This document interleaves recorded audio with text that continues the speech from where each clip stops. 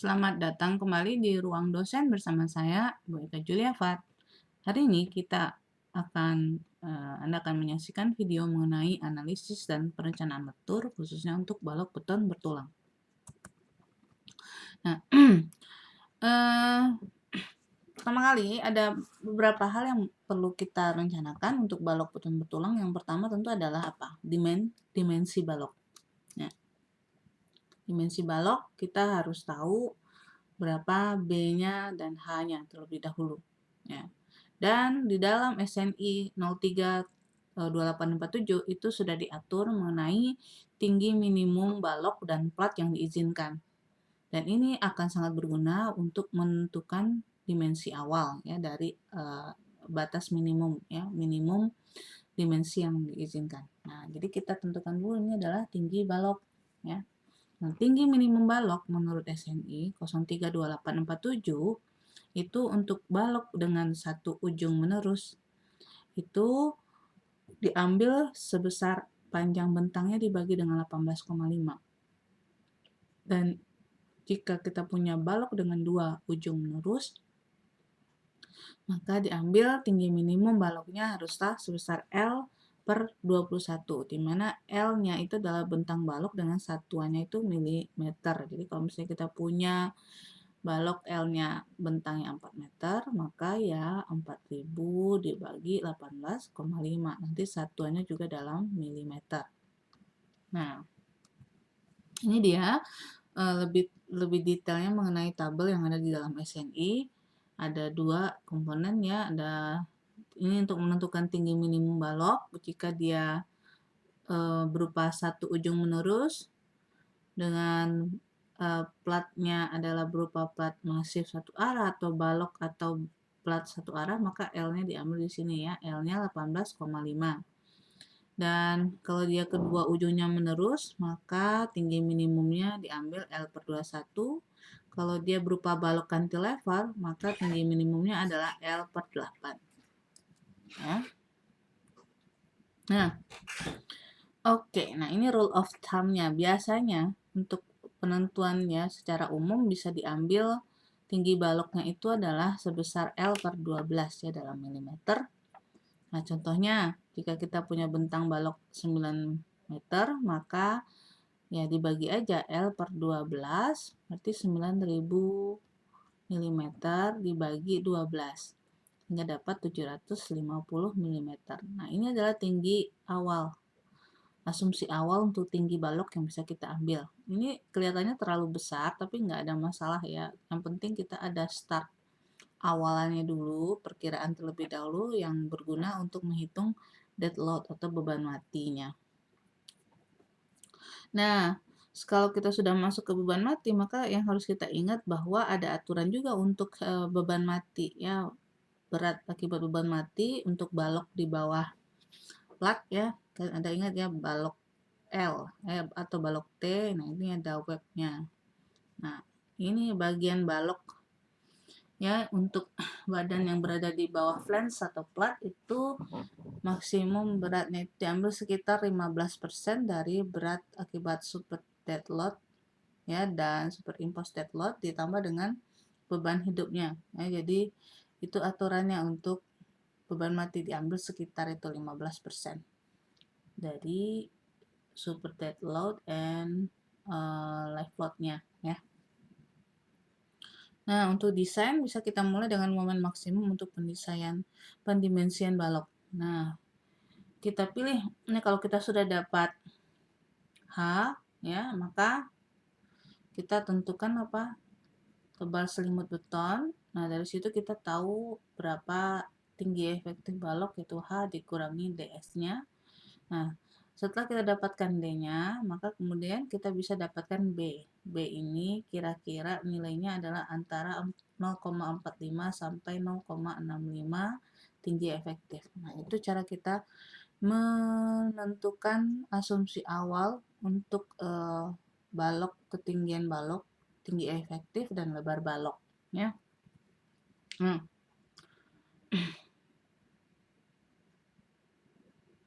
Nah, ini adalah untuk menentukan atau pendefinisian panjang bentang L ya, dimana karena bentang L ini adalah ya faktor yang penting sekali dalam penentuan tadi ya tinggi balok dan lebar balok. Nah, menurut SNI 2847 ditentukan didefinisikan bahwa panjang bentang komponen struktur L itu adalah panjang bentang komponen struktur yang tidak menyatu dengan struktur pendukung dihitung sebagai bentang bersih ditambah dengan tinggi komponen strukturnya. Kemudian, dalam analisis untuk menentukan momen pada rangka atau struktur menerus, panjang bentang harus diambil sebesar jarak pusat ke pusat komponen struktur pendukung. Ya, jadi, kalau kita punya balok seperti ini, nah maka panjang L-nya adalah diambil dari pusat ke pusat L ini. Ya, panjang bentang L-nya diambil seperti itu. Dan berikutnya, di dalam SNI juga diatur pengaturan beban hidup. Ya, dapat dilakukan dengan kombinasi. Pertama, beban mati terfaktor pada semua bentang dengan beban hidup penuh terfaktor yang bekerja pada dua bentang yang berdekatan. Kemudian, beban mati terfaktor pada semua bentang dengan beban hidup penuh terfaktor pada bentang yang berselang-seling. Nah, ini cara untuk pengombinasian beban hidup.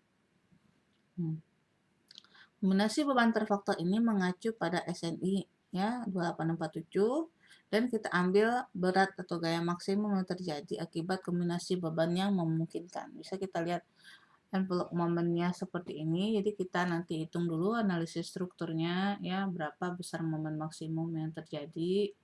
Lalu kita ambil beban yang paling ekstrim ya di sepanjang balok untuk yang digunakan untuk apa ya untuk beban rencana nantinya.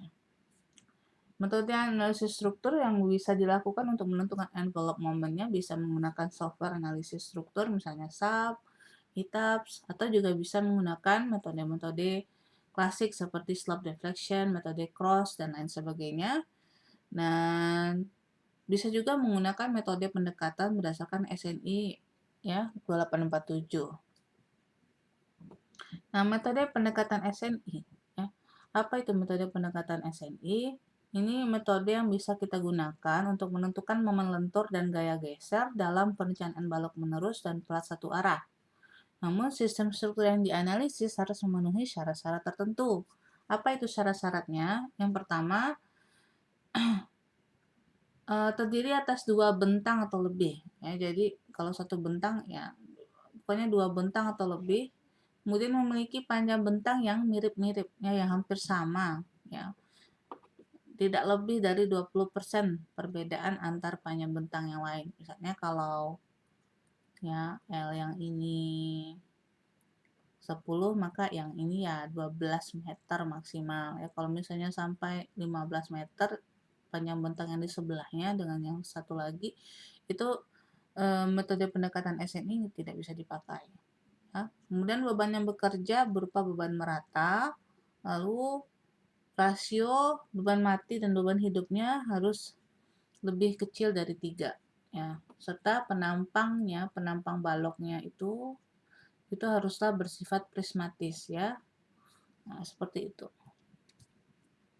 Nah, bagaimana metode pendekatan SNI ini? Nah, ini ada rumusan yang kita pakai yaitu untuk menentukan momen envelope-nya tadi ya, berapa misalnya MU ya. MU-nya bisa dihitung dengan menggunakan rumusan ini yaitu koefisien momennya dikalikan dengan beban mati dan beban hidup terfaktor persatuan panjangnya dikalikan dengan panjang bentang bersih untuk bentang yang ditinjau ya untuk MU pada sisi dalam tumpuan ujung ya.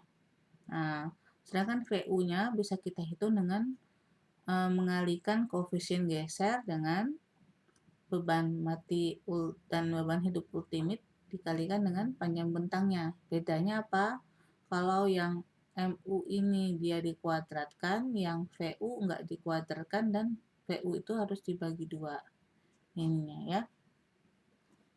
Ada yang tahu kenapa dikuadratkan? Karena kalau momen tentu dia akan bersifat parabolik ya, dia berupa kurva sehingga dia dikuadratkan. Kalau misalnya dia apa namanya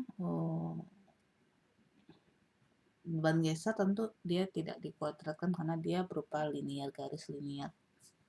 Nah, metode pendekatan SNI, untuk menggunakan metode pendekatan SNI, kita harus mengenal beberapa area di dalam rangka portal.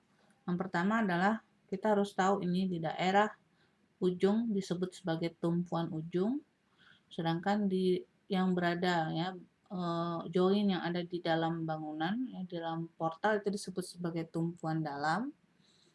Ya, sedangkan bentangnya ya, bentang yang di daerah yang terluar itu disebut sebagai bentang ujung, bentang yang ada di daerah yang dalam disebut bentang dalam. Dan ada juga ini sisi dalam tumpuan ujung di sini, sisi luar tumpuan dalam pertama, dan sisi lainnya dari tumpuan dalam. Jadi ada beberapa istilah yang harus kita kenal dalam metode pendekatan SNI. Nah, ini dia koefisien momen dan koefisien geser. Apa tadi CM dan CV ya. Ini CM, ini CV ya. CM untuk menghitung MU, nah kita gunakan ya. Kalau kita mau menghitung yang momen envelope yang bagian dalam di sini, maka kita kalau hitung MU kita pakai ini nilainya 0 di sini ya. Nah, kalau misalnya hitung geser maka ternyata CV-nya di sini 1 gitu ya. Nah, kalau kita mau hitung yang momen di bagian dalam ya, maka MU-nya sama dengan CM dikalikan WU dikalikan LN kuadrat ya. Ini dikalikan panjang bentangnya dikalikan dengan berat beban mati beban hidupnya terfaktor, kemudian dikalikan dengan CM-nya adalah 1/11. Dan seterusnya seperti itu ya untuk bentang dalam, bentang ini dan seterusnya. Ya, ini juga oke. Nah, kalau kita sudah tahu itu gimana sih cara untuk menentukan envelope moment atau momen dan gaya geser berdasarkan metode pendekatan berdasarkan SNI ya. Itu kita lanjutkan ke apa itu yang disebut sebagai analisis balok beton bertulang dan apa itu desain beton bertulang ya. Nah, analisis beton bertulang itu apabila kita sudah mengetahui ya, kita sudah mengetahui dimensi penampangnya, kita sudah tahu FC aksennya, kita sudah tahu penulangannya. Lalu tugas kita hanyalah itu menghitung kapasitas. Ya, ini sudah kita kerjakan pada video-video sebelumnya mengenai misalnya analisis lentur, analisis balok bertulangan tunggal, analisis balok bertulangan rangkap. Ini kita sudah belajar bagaimana menghitung momen nominal. Ya. Nah, seperti itu. Dan yang belum itu apa? Bagaimana sih cara mendesain? Ya, mendesain itu artinya dimensi penampang, kuat tekan beton, penulangan, dan yield-nya yang diperlukan itu harus kita pilih terlebih dahulu. Ya, artinya kita harus ngira-ngira dulu, kita tentukan terlebih dahulu, ya, sehingga baru kemudian kita gunakan pilihan kita itu kita periksa satu demi satu, apakah dia mampu menahan pengaruh dari beban terfaktor yang bekerja. Ya, kita itu nanti momen nominal kapasitasnya. Nah, ini benar-benar sudah kita ketahui lalu kita tinggal melakukan analisis ya. Nah, persyaratan SNI untuk kuat rencana itu gimana? Gimana sih cara untuk menentukan kuat rencana? Pada pertemuan sebelumnya sudah kita bahas secara umum. Nah, pada video ini akan kita bahas lebih detail ya. Nah, persyaratan rumusan dasar untuk perencanaan lentur itu adalah bahwa tahanan terfaktor ya itu harus lebih besar dari pengaruh beban terfaktor yang dinyatakan di dalam momen nominal atau kapasitas elemen yang akan digunakan dikalikan dengan faktor reduksi kekuatan. Nilainya ini harus lebih besar dari momen ultimate ya. Momen ultimate apa tadi? Momen akibat beban terfaktor atau kuat lentur perlu, sedangkan MN adalah momen nominal penampang. Ya. Nah, sebelum ada beberapa informasi dasar yang kita perlukan dalam upaya untuk mendapatkan perencanaan penampang balok yang baik. Ya. Yang pertama, kita harus tahu lokasi penempatan tulangan ya. Kita harus bisa menempatkan tulangan pada daerah di mana retak akan terjadi, ada di daerah tarik. Nah, misalnya seperti yang sudah dijelaskan kemarin, kalau misalnya di sini kita punya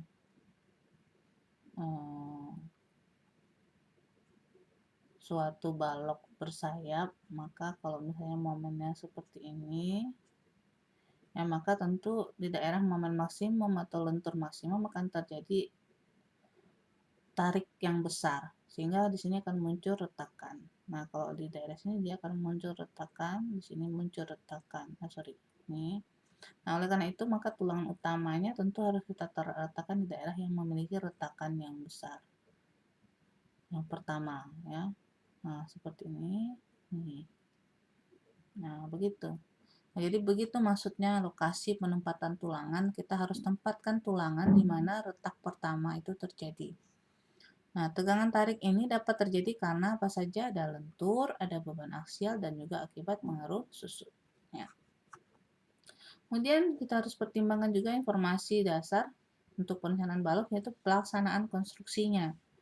Nah, ini kita harus ingat ya, dalam perencanaan konstruksi tentu pembentukan balok itu sangat penting dan ini memerlukan suatu backcasting. Nah, kita harus ingat ya, harga backcasting juga sangat menentukan keberhasilan proyek ya. Kalau harga backcasting relatif mahal, maka sebaiknya kita gunakan tipe backcasting yang dapat digunakan beberapa kali ya, jadi tidak sekali pakai. Nah, kemudian tinggi balok ya, sebagaimana yang tadi disampaikan, kita harus bisa mempertimbangkan atau menentukan tinggi balok berdasarkan tinggi balok minimum menurut SNI. Nah, rule of thumb-nya biasanya kita pakai adalah panjang bentang per 12 ya, dalam milimeter panjang bentangnya. Nah, untuk ketinggian balok menerus kita rencanakan terhadap momen maksimum di perletakan. Nah, kemudian selimut beton. Ya, selimut itu apa? Yaitu tebal beton antara permukaan plat atau balok beton terhadap tulangan. Fungsinya adalah merekat tulangan pada beton, melindungi tulangan dari korosi, melindungi tulangan dari api atau panas berlebih yang dapat menyebabkan penurunan kekuatan. Lalu tambahan tebal selimut biasanya digunakan pada garasi pabrik untuk mengakomodasi keausan atau abrasi. Lalu kita juga lihat ya, menurut SNI juga sudah diatur mengenai tebal selimut beton itu. Contohnya, ya, beton yang dicor langsung di atas tanah memiliki tebal selimut sebesar 75 mm, sedangkan yang berhubungan dengan tanah atau cuaca, jika kita pakai diameter tulangan 19 mm sampai 56, maka tebal selimutnya 50 mm. Kalau kita pakai diameter 16 atau jaringan kawat polos 16 mm atau kawat ulir 16 mm atau yang lebih kecil, maka bisa kita gunakan tebal selimut betonnya 40 mm. Nah, sedangkan beton yang tidak berhubungan langsung dengan tanah itu bisa lebih lebih longgar ya persyaratan untuk tebal selimutnya. Contohnya kalau kita pakai plat ya, kalau plat lantainya berada di tidak langsung berhubungan dengan tanah atau cuaca, artinya dia berada di dalam ruangan langsung ya. Nah, jika kita pakai tulangan 44 dan diameter 56, maka bisa kita pakai tebal selimut betonnya 40 mm. Kalau misalnya lebih kecil dari 36, bisa pakai 20 mm. Kalau misalnya kita gunakan untuk balok dan kolom, maka ini dikunci di tebal selimut 40 mm. Kalau kita gunakan untuk struktur cangkang atau plat tipis, maka jika kita gunakan diameter tulangan 19 mm atau yang lebih besar, kita pakai tebal selimutnya 20 mm. Tapi kalau lebih kecil dari 16, maka kita pakai cukup tebal selimut betonnya 15 mm. Nah, ini adalah yang penting juga ya, selain tebal selimut, yaitu batasan spasi tulangan ya. Batasan ini luar biasa sebenarnya pengaruhnya di lapangan ya terhadap kualitas akhir dari struktur atau elemen balok kolom yang atau plat yang kita dapatkan nanti di akhirnya setelah beton mengeras ya. Nah, batasan spasi tulangan ini adalah merupakan fungsi dari ukuran agregat ya. Jadi ya, kalau misalnya agregat kita 25 mm maksimum yang mau kita pakai gradasinya, maka berarti jarak antar tulangannya itu haruslah minimum 25 mm. Kenapa? Karena kalau misalnya kita memiliki tebal selimut spasi tulangannya itu kecil dari 25 mm, berarti ada kemungkinan ya ada agregat. Kalau misalnya kebetulan ada agregat yang lewat di sini adalah yang mendekati ini adalah 25 mm, maka dia nggak masuk ya ke dalam sela-sela tulangan. Akibatnya tulangan kita beton kita akan keropos ya. Beton kita akan keropos karena berpori-pori, ada bagian yang tidak terisi oleh agregat tadi ya. Dan juga ini harus dipertimbangkan ya, spasi maksimum tulang lentur pada dinding dan plat yaitu lebih kecil dari 3 kali tebal plat. Ya, ini adalah tebal plat atau 500 mm. Diambil mana yang lebih kecil nilai ini ya. Kalau misalnya platnya adalah sebesar 20 mm, nah 60 berarti ya, maka diambil aja spasi maksimumnya adalah 60 ya. Nah, ini adalah detailnya untuk bagian balok interior ya. Ini adalah spasi antar tulangan. Ya, ini adalah selimut betonnya ya. Seperti itu ya, kira-kira. Nah, sekarang gimana kalau tulangan kita itu ada 2 lapis? Bagaimana cara nyusunnya? Cara nyusun yang baik itu adalah seperti ini. Ya, ini contoh penyusunannya. Kalau dia ya nggak masalah ya, kalau dia sama atas bawah nggak masalah, tapi kalau misalnya nggak sama maka nggak boleh, satu di sini nggak boleh ya, ini kosong nggak boleh, berarti haruslah seperti ini ya, begini atau di ujung kanan dan ujung kiri. Ini maksudnya yang haruslah begini, kalau seperti ini ya susah ya, gimana menyambungnya nanti ya, jadi haruslah seperti ini penulangannya nanti. Dan ini adalah bagaimana syarat ya, ukuran maksimum nominal agregat kasar haruslah tidak melebihi ya 1/5 jarak terkecil antar sisi-sisi cetakan, 1/3 ketebalan plat lantai, lalu 3/4 jarak besit minimum antar tulangan. Ya, itu cara menentukan ukuran maksimum nominal agregat kasar ya. Nah, oke, nah sekarang kita lanjut. Nah, bagaimana sih prosedur desain untuk dimensi penampang yang tidak diketahui jika dia adalah balok bertulangan tunggal? Ya, maka pertama ya tadi ya, syarat utamanya adalah ini ya, momen ultimate-nya itu harus lebih kecil dari momen rencananya. Ya, momen rencananya itu adalah momen nominal dikalikan dengan faktor reduksi. Kita tahu momen nominal itu cara mendapatkannya adalah dengan mengalihkan tegangan pada baja tarik dikalikan dengan tinggi efektif dikurang tinggi blok tekan ya, dibagi dengan 2 ya. Lalu dikalikan dengan faktor reduksi. Nah, setelah itu kita coba ya menjabarkannya lagi. Nah, gimana ya? Nah, T itu adalah T ya, AS dikalikan F yield. Nah, dikalikan tinggi efektif dikurangi A. A itu dari mana? Bagaimana penjabaran dari A? Yaitu 0,85 FC aksen dikalikan A dikalikan B ya, sama dengan AS dikalikan F yield ya, maka A itu adalah AS dikalikan F yield dibagi 0,85 FC aksen dikalikan B. Nah, ini kemudian kita masukkan ke sini ya, sehingga kita dapatkan persamaan baru, yaitu AS dikalikan F yield dibagi dengan 2 dikalikan 0,85 FC aksen dikalikan B.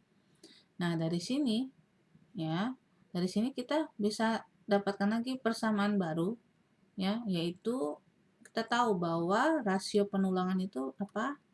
AS dikalikan B dikalikan D ya.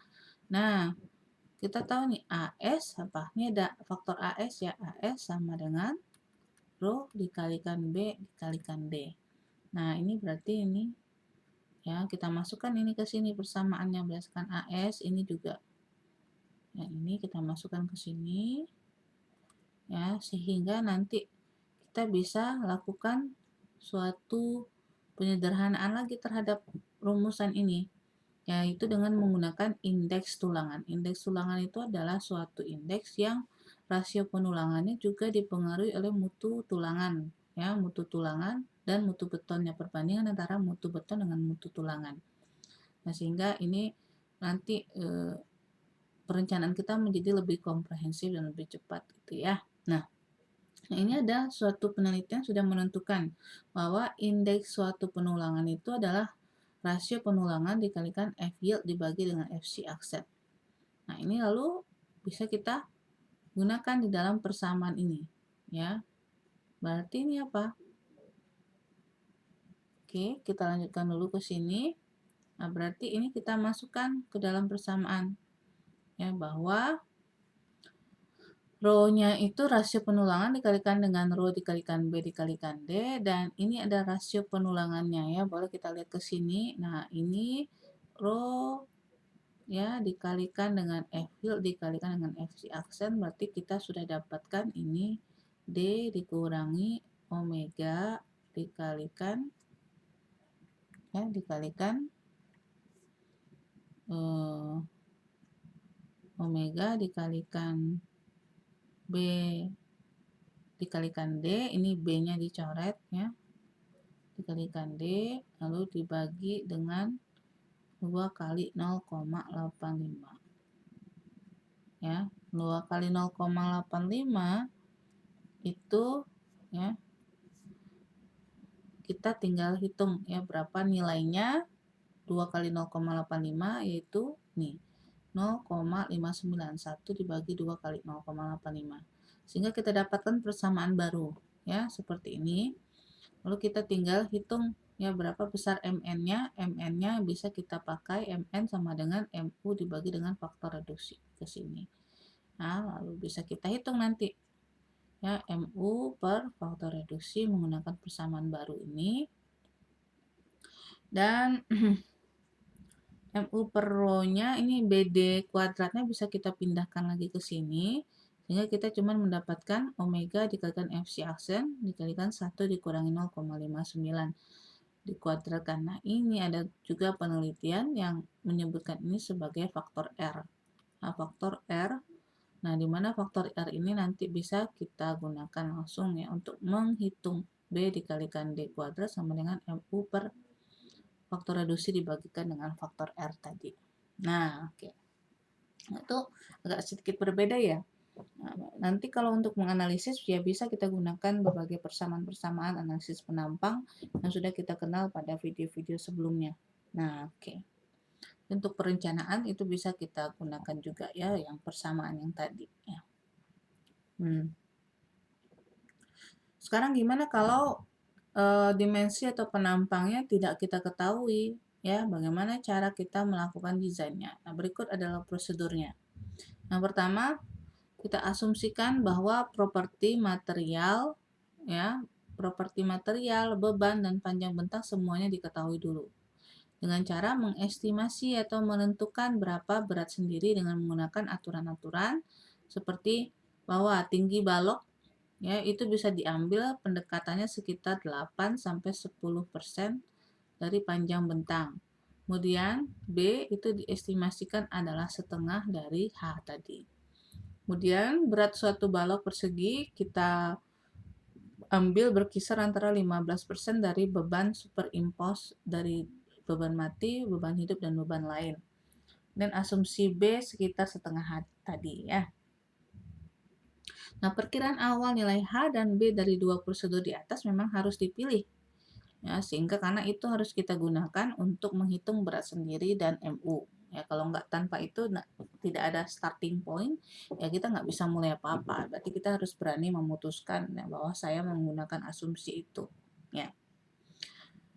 Nah, jadi tadi seperti tadi. Nah, kalau sudah kita tentukan H dan B-nya, maka berikutnya apa? Kita tentukan suatu nilai yang realistik untuk rasio pengulangan berdasarkan pengalaman atau perkiraan awal. Perkiraan awal untuk rasio pengulangan bisa kita ambil antara 0,45 sampai 0,55 dari rasio pengulangan seimbangnya. Lalu kemudian kita hitung indeks tulangannya tadi, ya, yaitu dengan menggunakan rasio penulangan yang sudah kita tentukan dikalikan dengan F yield per FC aksen, lalu kita hitung koefisien R-nya, yaitu dari rasio indeks penulangan tadi dikalikan dengan FC aksen dikalikan dengan indeks penulangannya yang sudah kita ketahui tadi ini ya, faktor ini 1 dikurangi 0,59 dikalikan indeks tulangan. Lalu tinggal kita hitung momen nilai perlunya, yaitu kita menggunakan persamaan ini, yaitu BD kuadrat sama dengan MU ya, momen ultimate ya dari berat yang sudah kita hitung tadi kan kita sudah hitung berat strukturnya ya, nanti kita dapatkan momen U-nya ya, momen U-nya yaitu dari kombinasi pembebanan. Ya, bisa 1,6 dikalikan MU ya, atau 1,4 atau 1,2 tambah 1,6 MD L gitu ya. Nah, ini MU-nya ini kita kalikan dengan dibagi dengan faktor reduksi, kalau dia balok maka 0,8, lalu dibagi dengan faktor R tadi. Faktor R tadi yang ini ya. Kita kalikan dengan faktor R, maka kita dapatkan B dikalikan D kuadrat. Nah, tentukan B sebagai fungsi dari D, di mana B itu kita perkirakan lagi yaitu sebesar 0,45 sampai 0,65 D. Nah, dari situ nanti kita dapatkan hitungan D, dan D ini nanti harus kita bulatkan ya untuk bisa memperoleh nilai H ya. Bisa ditambah minimal sekitar 60 mm ya untuk pembulatan ke atasnya ya. Nah, kalau kita sudah tentukan lebar B dengan menggunakan nilai D yang dipilih, maka kemudian ya sama, kita bulatkan lagi nilai B tadi, biasanya ke atas ya, sekitar 60 mm, jangan ke bawah. Kemudian kalau sudah kita dapatkan perkiraan yang cukup fix ya dari B dan D-nya ini, maka kita hitung kembali berapa berat aktualnya ya, berapa berat balok sebenarnya. Lalu kemudian kita hitung MU-nya juga. Nah, baru kemudian kita kembali ke langkah 1 ya, kalau misalnya berat sendiri yang kita hitung berdasarkan berat B dan H yang terakhir itu memiliki perubahan yang signifikan dibandingkan MU. Kalau enggak ya enggak usah. Nah, setelah itu apa yang kita lakukan? Kita hitung berapa luas tulangan perlunya, yaitu dengan menggunakan rasio penulangan dikalikan dengan lebar balok dikalikan dengan tinggi efektifnya. Tinggi efektif yaitu apa? D sama dengan dari H yang terakhir ini dikurangi dengan tebal selimut beton. Mau deh.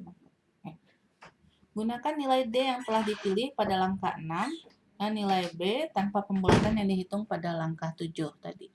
Kemudian kita tentukan batang tulangan baja sehingga AS-nya itu lebih besar dari AS perlu. Pastikan bahwa tulangan akan pas dengan ukuran penampang. Penggantian ukuran tulangan mungkin diperlukan agar tulangan bisa disusun dalam satu lapisan. Jika 2 lapis tulangan diperlukan, maka nilai H harus disesuaikan.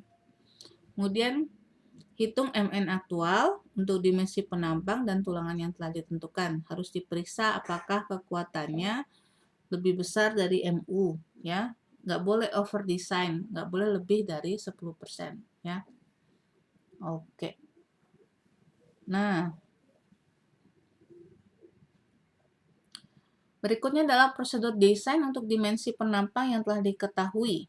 Ya, ini kan lebih easy. Nah, kalau seperti ini, hitung MU-nya, kalau udah tahu B, D, dan seterusnya, ya tinggal hitung MU, lalu hitung D dari H yang telah diketahui, ya. Lalu kemudian kita tentukan luas tulangan tarik yang diperlukan. Kita pakai ini persamaan ini MU, lebih kecil dari faktor reduksi dikalikan MN, bisa menggunakan ini persamaan yang digunakan pada video-video pada awal-awalan gitu ya, atau bisa juga menggunakan persamaan yang ini ya langsung ya. AS yang require atau yang diperlukan itu langsung aja pakai MU per faktor reduksi dibagi dengan FL dikalikan D dikurang A per 2. Nah, ini bisa kita asumsikan bahwa D dikurangi A per 2-nya itu adalah 0,85 D sampai 0,9. Ya. Faktor reduksinya juga harus diingat, yaitu nilainya adalah 0,8. Ya. Kemudian, ditentukan batang tulangan sehingga AS terpasang itu besar sama dari AS perlu. Ya, pastikan tulangan cocok dengan ukuran penampang. Penggantian ukuran tulangan mungkin diperlukan agar tulangan bisa disusun dalam satu lapisan dan bila perlu dapat disusun dalam 2 lapis tulangan. Kemudian hitung momen nominal aktual untuk dimensi penampang dan tulangan yang telah dipilih. Juga jangan lupa cek apakah dia over reinforce atau under reinforce, yaitu dengan menentukan apakah regangan bajanya sudah mencapai leleh atau tidak. Lalu cek kekuatannya ya, apakah momen nominal atau kapasitas balok kita sudah lebih besar dari momen ultimate-nya. Kalau belum lebih besar ya nggak boleh ya, jadi harus lebih besar dari momen ultimate-nya. Lalu periksa apakah luas tulangan terpasang masih dalam batas yang diizinkan ya. Kita harus periksa AS maksimumnya yaitu 0,75 AS balance dan harus lebih besar dari luas tulangan minimum ya, dengan menggunakan persamaan-persamaan untuk luas tulangan minimum yang sudah kita kenal atau kita pelajari pada video-video sebelumnya. Oke. Baiklah, saya rasa itu dulu yang bisa kita pelajari hari ini. Ini cukup teori, ya masih belum ada perhitungan yang aktual. Mudah-mudahan pada video berikutnya akan diberikan contoh-contoh perhitungan bagaimana melakukan desain pada balok boton bertulang. Saya sudahi dulu ya video kali ini. Sampai ketemu lagi dan sekali lagi jangan lupa like and subscribe untuk mendapatkan video berikutnya dan juga mengenai contoh pembahasan mengenai desain dan analisis balok boton bertulang dan elemen-elemen struktur boton bertulang lainnya. Sampai ketemu lagi. Sampai jumpa lagi.